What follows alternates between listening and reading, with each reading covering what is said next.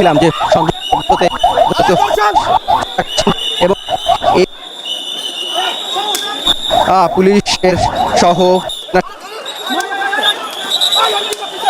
আমরা যেটি দেখতে পাচ্ছি, এটা পুলিশ নয়, এটা হচ্ছে আর্মি, বাংলাদেশ সেনাবাহিনী, যে শুধু কমান্ড করতে জানে এবং কমান্ড করে সাথে সাথে অ্যাকশনও নিতে জানে। এটার নাম বাংলাদেশ সেনাবাহিনী। দেখুন 144 ধারা জারি করে দিছে গোপালগঞ্জে। এনসিপির প্রোগ্রামের সমাবেশে যখন আওয়ামী লীগের লোকজন এসে ওখানে ভাঙচুর করলো, হামলা করলো, তখন পুলিশের উপরে দোষটা আসছিল। ওরা ছাত্ররা দাবি করছিল যে ওদের অভিযোগ যে পুলিশ আমাদেরকে সেল্টার দেয় নাই বা পুলিশ আমাদেরকে রক্ষা করে নেই। কিন্তু ওইটা ঘটনা ঘটার পরে দেখেন সাথে সাথে কিন্তু 44 ধারা জারি করে দিছে। 144 ধারা জারি করার পরে সেনাবাহিনী অলরেডি মাঠে নেমে গেছে। এখন সেনাবাহিনী তো জানে কোন দিকে কি করতে হবে ভাই, এরা তো ট্রেনিং প্রাপ্ত, এদেরকে তো বলতেও হয় না, ওদেরকে শিখাইতেও হয় না। আমাদের দেশের সেনাবাহিনী পুরো বিশ্বতে সুনাম কুড়ায় আসছে, অতএব পুরো বিশ্বের শ্রেষ্ঠ এবং সেরা বলা যায় আমাদের সেনাবাহিনীদেরকে। সেনাবাহিনী এখন যখন চারিদিকে ব্লক করে ফেলছে, চলুন ভিডিওটা দেখি।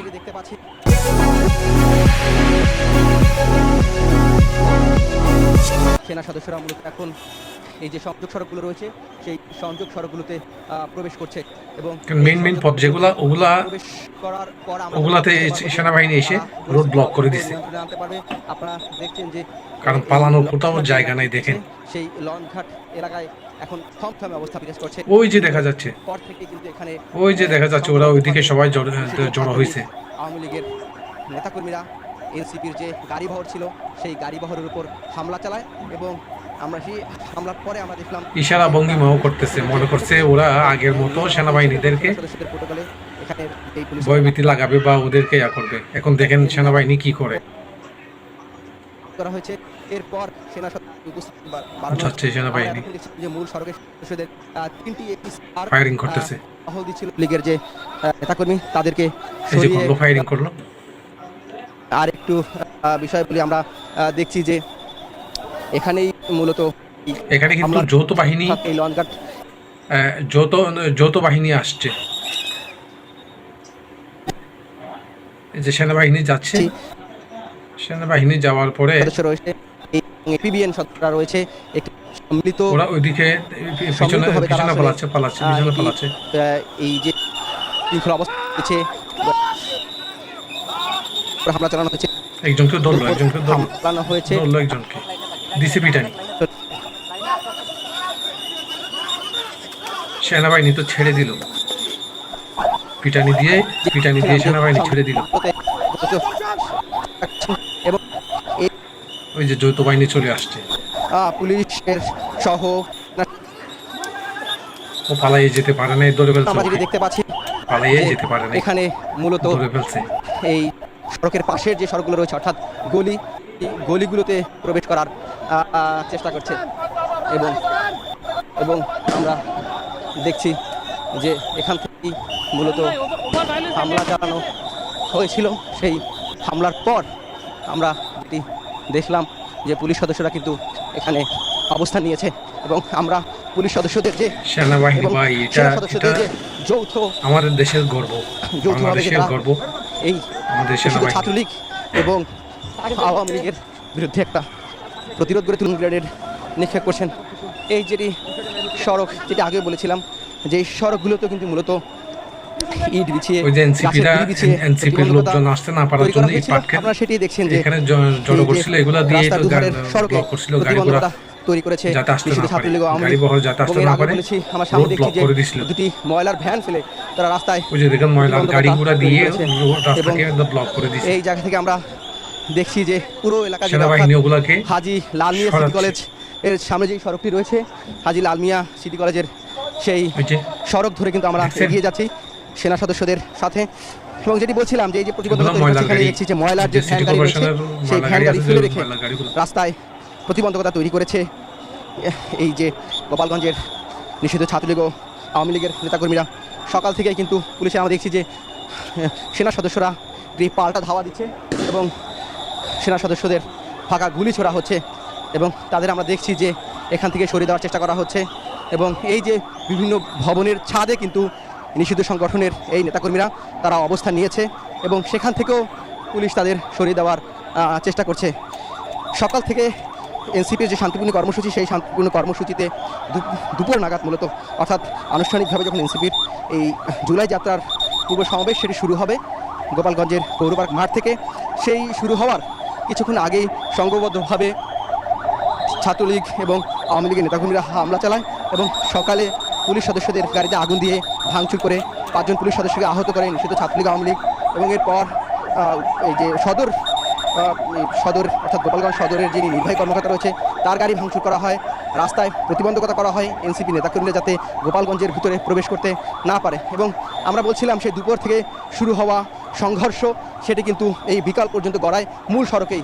আমরা এই যে কিছুক্ষণ হলো যেটি আমরা এখানে প্রবেশ করেছি এবং এই প্রবেশ করার পর আমরা দেখছি যে এখানে মূলত আমরা দেখছি এই সেনা সদস্যরা এবং আইনশৃঙ্খলা বাহিনীর সদস্যরা তারা এই যে গলিগুলো রয়েছে অর্থাৎ নতুন জেলখানা রোড যে সড়কটি রয়েছে সেই নতুন জেলখানা রোড সড়কে আমরা এই মুহূর্তে অবস্থান করছি এবং আমরা দেখছি যে এই সড়কটি অর্থাৎ জেলখানা রোডে যে সড়কটি সেখানে কিন্তু আমরা অনেক ভিতরে প্রবেশ করেছি এবং সেনা সদস্যরা কিন্তু তারা বিক্ষোভকারীদের ধাওয়া পাল্টা ধাওয়া দিচ্ছে। আমরা যদি দেখানোর চেষ্টা করি যে এই সড়কের জায়গা থেকে আমরা মূলত আপনারা দেখছেন যে সেনা সদস্যরা ফাঁকাগুলি ছুড়ছে এবং এইখান থেকে নিষিদ্ধ ছাত্রলীগ ও আওয়ামী লীগের নেতাকর্মীদের সরিয়ে দেওয়ার চেষ্টা করা হচ্ছে এবং এই যে ফাঁকাগুলি ছুড়ে নিষিদ্ধ আওয়ামী লীগ ও ছাত্রলীগকে এখান থেকে সরিয়ে দেওয়ার চেষ্টা করা হচ্ছে।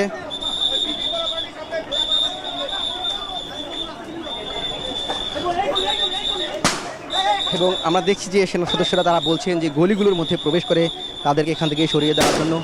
এই যে আপনারা দেখতে পাচ্ছেন যে সেনা সদস্যরা নিষিদ্ধ ছাত্রলীগ এবং আওয়ামী লীগকে ধাওয়া করছে এবং তারা আসলে আরও দূরে সরে যাচ্ছে এবং এই গলিগুলোর মধ্যেও যদি দেখায় যেটি বলছিলাম যে মূল প্রতিবন্ধকতা আসলে এইখান থেকে চ্যালেঞ্জ তৈরি হয়েছে যেটি মূল সড়কে প্রবেশ করেছে। সেই প্রবেশ করার পরেই মূলত আমরা দেখছেন যে মুহুর্মুহু ফাঁকাগুলি ছোড়া হচ্ছে এবং এখান থেকেই মূলত এই যে নিষিদ্ধ ছাত্রলীগ এবং আওয়ামী লীগ তাদেরকে সরিয়ে দেওয়ার চেষ্টা করা হচ্ছে এবং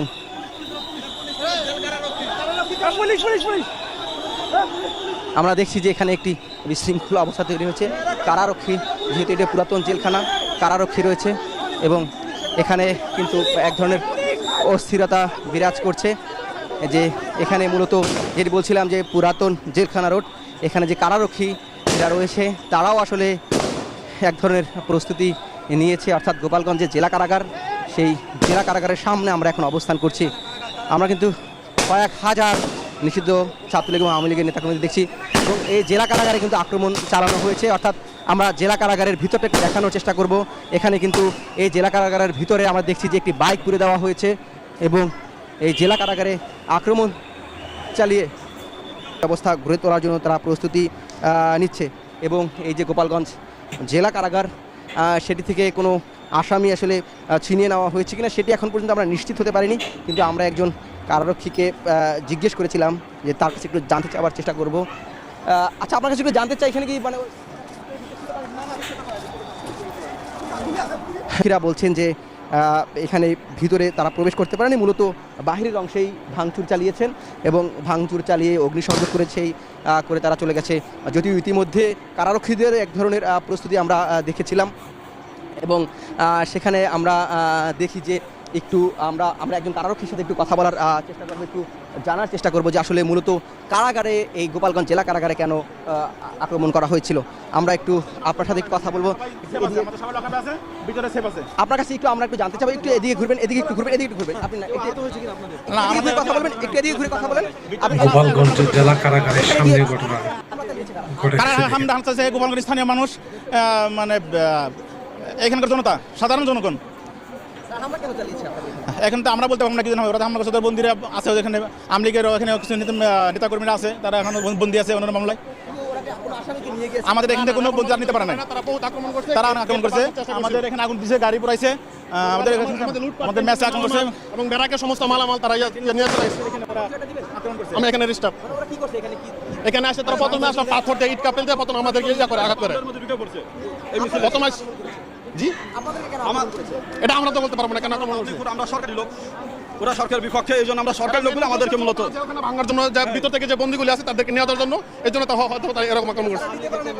না আমরা এখানে কঠোর অবস্থানে ছিলাম, আমরা এখানে আমাদের আমরা তো সংখ্যায় মানে একদম সামান্য, নগণ্য, যা কারাগার প্রোটেকশন দেওয়ার জন্য যথাযথ একদমই না, কোনো রকম না। আমাদের একটা বৃহত্তর সেফটি ডিউটিতে কারাগারের ভিতরে চলে গেছে, মানে বৃহত্তর সেফটি দেওয়ার জন্য। আর বাহিরে আমরা যারা অবস্থান করেছিলাম তাদের ওদের সামনে আমরা একদম কিছু না, আমরা কোনো রকম যার অবস্থানে শেল্টারে ছিলাম, আমরা কোনো রকম প্রতিহত করতে পারিনি।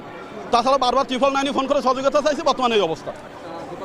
জেলা কারাগারের জেল ওয়ার্ডার যিনি আল মামুন, তিনি বলছিলেন মূলত এখানে যে আক্রমণটি চালানো হয়েছিল সেটি এই যে কারারক্ষীদের যারা আছেন তাদেরকে নিয়ে যাওয়ার জন্যই আসলে সেই উদ্দেশ্যেই হামলাটি চালিয়েছেন এখানে কারারক্ষীরা বলছেন। কিন্তু তারা এখানে একটি প্রতিরোধ ব্যবস্থা গড়ে তুলেছিলেন এবং যার ফলে মূলত এখানে আসলে অগ্নিসংযোগ এবং ভাঙচুর করা ছাড়া তারা তেমন কিছু করতে পারেনি। এই হামলাটি মূলত চালিয়েছে নিষিদ্ধ ছাত্রলীগ এবং আওয়ামী লীগের নেতাকর্মীরা। আমরা কিন্তু এখনো দেখছি যে পুরো এলাকাটিকে নিয়ন্ত্রণে যাওয়ার জন্য প্রাণান্ত করার চেষ্টা করছে সেনা সদস্যরা, সাথে আইন শৃঙ্খলা সদস্যরা। এবং এই গোপালগঞ্জ কারাগারে তারা বলছেন যে ক্যান্টিন ছিল।